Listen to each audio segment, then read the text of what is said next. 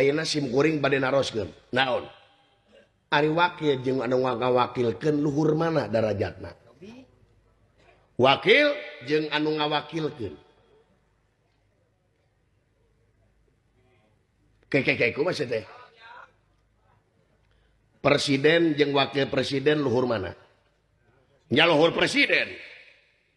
bupati gubernur jeung wakil gubernur luhur gubernur bupati jeung wakil bupati luhur bupati ayeuna rakyat jeung wakil rakyat luhur mana nya luhur rakyat berarti luhur rakyat bener berarti aing pangluhurna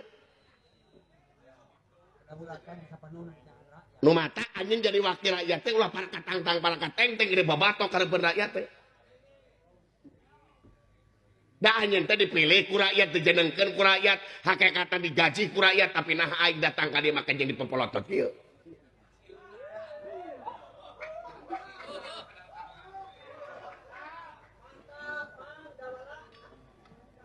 loba nu ngadukung sia berarti aya wajarna kuring salaku lembaga anu paling tinggi nyaeta kedaulatan sapinuhna di tangan rakyat kuring rek nanyakeun laporan pertanggungjawab anjeun salaku wakil rakyat naon wae gawe si lain jadi wakil rakyat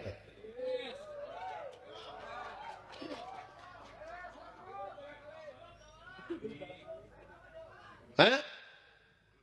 naon wae gawena ulah teh cerah dina mangsa kampanye anjeun teh mengemis-ngemis ka rakyat metasora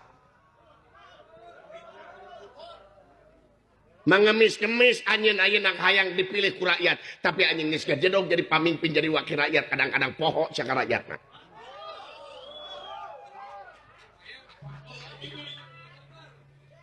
kuring teh kita ngomong teh undang-undang sistem anu diomongkeun ku kuring lain ngomongkeun persoalan perorangan tapi aing teh ngomong siapa tapi mengapa sanajan si dawala bodoh teu sakola tapi aing apa kana kudu etik aing mau ngomongkeun sasa tapi aing ngomongkeun sistem ieu teh kumaha jadi wakil rakyat teh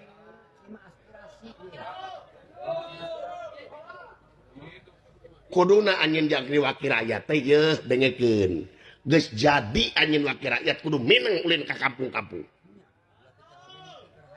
ulah cara mimiti keur hayangna ulin ka kampung-kampung aing geus ngajedog ka jeung ucang angin dina kursi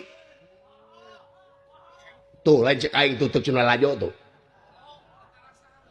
salah sahiji aspirasi ti masyarakat berarti masih kena aya kebohongan anjeun kebohongan publik ya